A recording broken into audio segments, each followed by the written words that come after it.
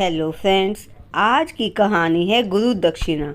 एक बार एक शिष्य ने विनम्रतापूर्वक अपने गुरु जी से पूछा, गुरु जी, कुछ लोग कहते हैं कि जीवन एक संघर्ष है, कुछ अन्य कहते हैं कि जीवन एक खेल है और कुछ जीवन को एक उत्सव की संज्ञा देते हैं। इनमें कौन सही है?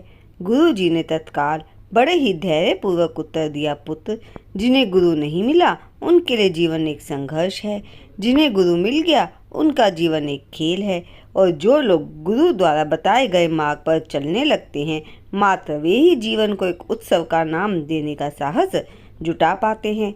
यह उत्तर सुनने के बाद भी शिष्य पूरी तरह से संतुष्ट ना था। गुरु जी को इसका आभास हो गया। वे कहने लगे, लो, तुम्हें एक कहानी सुनाता हूँ, ध्यान से सुनोगे तो स्वयं ही अपने प्रश्न का उत्तर पा सकोगे। उन्होंने जो कथा सुनाई वह इस प्रकार थी। एक बार की बात है कि किसी गुरुकुल में 3 शिष्यों ने अपना अध्ययन संपूर्ण करने पर अपने गुरु जी से यह बताने के लिए विनती की कि उन्हें गुरु दक्षिणा में उनसे क्या चाहिए। गुरु जी पहले तो मंद मंद मुस्कुराए और फिर बड़े स्नेहपूर्वक कहने लगे, मुझे तुमसे गुरु दक्षिणा में एक थैला भर के सूखी पत्तियां चाहिए, ला सकोगे? वे तीनों मन ही मन बहुत प्रसन्न हुए, क्योंकि उन्हें लगा कि वे बड़ी आसानी से अपने गुरु जी की इच्छा पूरी कर सकेंगे। सूखी पत्तियां तो जंगल में सर्वत्र बिखरी ही रहती हैं। वे उत्साहपूर्वक एक ही स्वर में बोले, जी गुरु जी, जैसी आपकी आज्ञा। अब वे तीनों चलते चलते एक जंगल में पहुंच चुके थे, लेकिन यह देखकर कि वहां पर तो सूखी पत्तियां केवल एक मुट्ठी भर ही थी, उनके आश्चर्य का ठिकाना न रहा। वे सोच में पड़ गए कि आखिर जंगल से कौन सूखी पत्तियां उठाकर ले गया होगा। इतने में ही उन्हें दूर से आता हुआ कोई किसान दिखाई दिया। वे उसके पास पहुंचकर उससे विनम्रतापूर्वक याचना करने लगे कि वह उन्हें केवल एक थैला भर सूखी पत्तियां दे दे।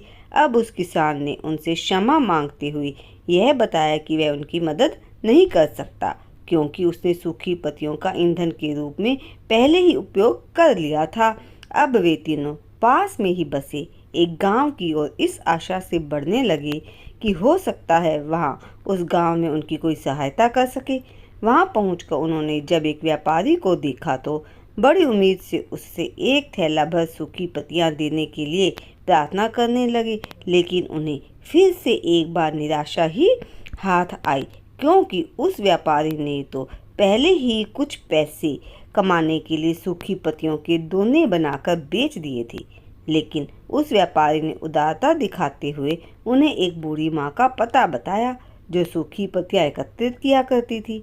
पर भाग्य ने यहाँ भी उनका साथ नहीं दिया, क्योंकि वह बूढ़ी माँ तो उन पत्तियों को अलग अलग करके कई प्रकार की औषधियाँ बनाया करती थी। अब निराश होकर वे तीनों खाली हाथ ही गुरु को लौट आए। गुरु जी ने उन्हें देखते ही स्नेहपूर्वक पूछा, पुत्रों, ले आए गुरु दक्षिणा? तीनों ने सिर झुका लिया। गुरु जी द्वारा दोबारा पूछे जाने पर उनमें से एक शिष्य कहने लगा, गुरुदेव, हम आपकी इच्छा पूरी नहीं कर पाए। हमने सोचा था कि सूखी पत्तियां तो जंगल में बिखरी ही रहती होंगी, लेकिन बड़े ही आश्चर्य की बात है कि लोग उनका भी कितनी तरह से उपयोग करते हैं। गुरु जी फिर पहले ही की तरह मुस्कुराते हुए प्रेम पूर्वक बोले, निराश क्यों होते हो? प्रसन्न हो जाओ, और यही ज्ञान की सूखी पत्तियां भी व्यर्थ नहीं हुआ करती, बल्कि उनके भी अनेक उपयोग हुआ करते हैं। मुझे गुरु दक्षिणा के रूप में दे दो। तीनों शिष्य गुरु जी को प्रणाम करके खुशी खुशी अपने घर की ओर चले गए।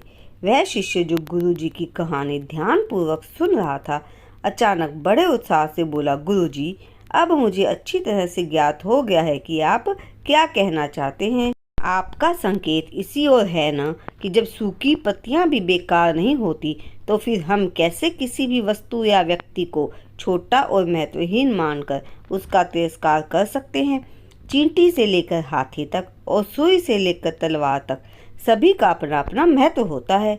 गुरुजी भी तुरंत ही बोले, हाँ पुत्र, मेरे कहने का भी यही तात्पर्य है कि हम जब भी किसी से मिलें तो उसे मान देने का प्रयत्न करें, ताकि आपस में स्नेही सहानुभूति का विस्तार होता रहे और हमारा जीवन संघर्ष के बजाय उत्सव बन जाए।